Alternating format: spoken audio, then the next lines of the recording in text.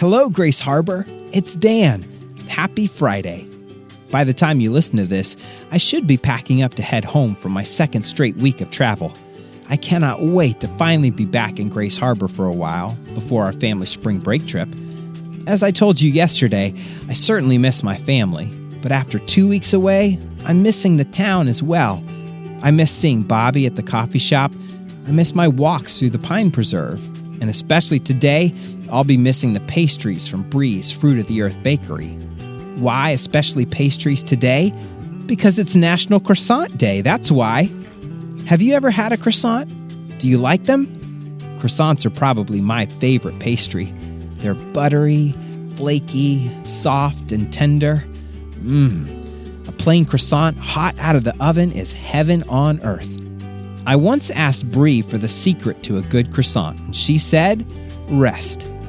Now, I've done a little amateur baking myself, so I knew she was talking about resting the dough. It's pretty much just what it sounds like. You let the dough sit, sometimes on the counter, sometimes in the fridge, occasionally in a warm oven. I said, you're telling me that the secret to an amazing croissant is the time when you don't do anything? She replied, that's right. If you don't properly rest the dough, you can have the best ingredients and perfect technique, and it just won't come out right. With croissants specifically, instead of getting a light and tender pastry, you get something that's flat and dense and no fun to eat. This got me thinking about our theme of silence this week. Like with resting the dough, from the outside, it can look like nothing is going on. But while it's resting, incredibly important things are happening inside the dough that makes the final result amazing. Similarly, when we practice silence, God can do things inside of us that make a profound impact on who we are and how we live our lives. I get that for some of us, the practice of silence doesn't seem exciting. It might sound boring. We like active stuff. But even if silence doesn't become a regular practice for you, it can still be a tool you have in your toolbox for when you need it.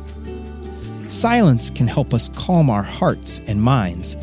It can help us focus and think clearer. It can help us listen for God. It can remind us that we are not alone. It can help us to turn down all the distractions going on around us. And there are going to be countless times in your life when being able to do any of those things can be essential in getting through a challenging time or making a decision or just deepening your relationship with God. Like last Friday, because we only have one episode today, I'm going to lead you through some week-ending reflection questions in a moment. If you have time to engage them this morning, that's great. But if you're out of time, no worries. You can pause the podcast for now and come back to it tonight when you can really think and talk together. I'll be right here when you get back. Okay, ready for our reflection questions? Here we go. Let's start by thinking about the beginning of the week. When I said our theme would be silence, how did you feel? Were you excited?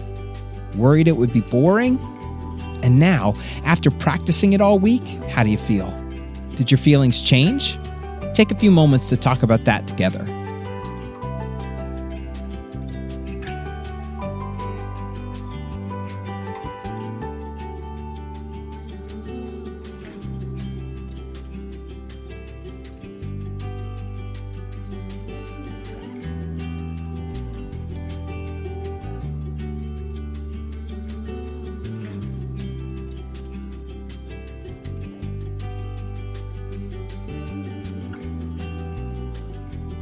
Can I admit that I was a bit worried about this week?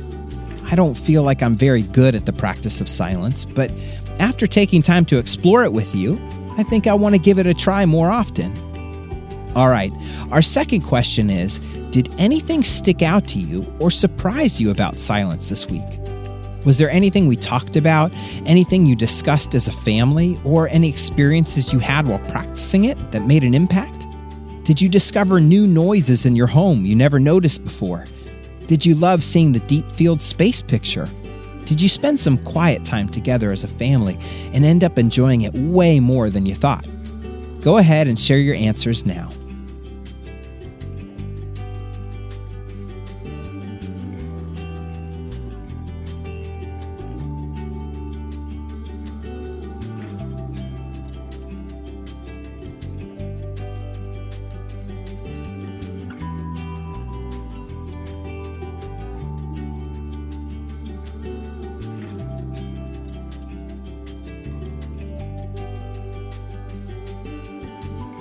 For me, I really enjoyed revisiting the space picture.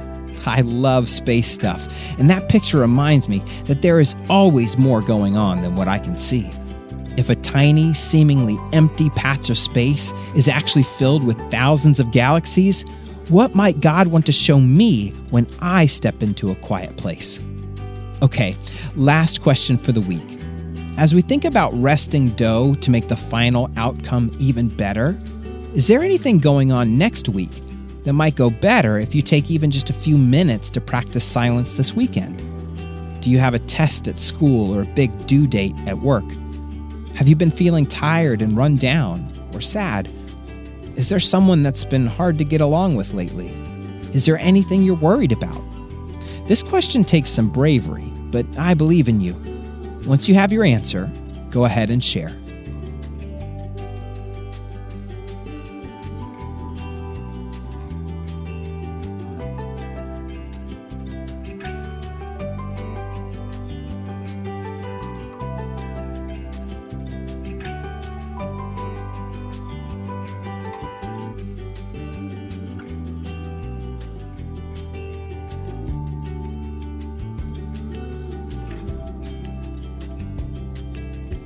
For me, I know that getting back into my regular routine after 2 weeks of traveling won't be easy. There'll be a lot to catch up on, and there'll be lots of people who have been waiting for my time and attention. I'm worried that I'm going to get overwhelmed. But I feel like if I take some dedicated quiet time, either Sunday night or early Monday morning, it'll help. And I can always stop and practice it throughout the week as well if I start to feel that way.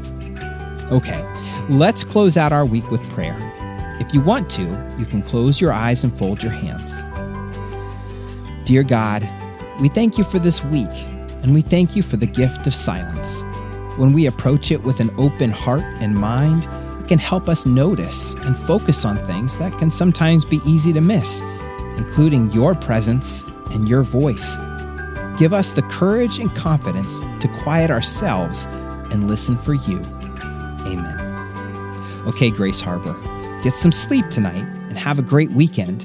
When we're back together on Monday, it won't just be a new day and a new week. It'll be a new month as well.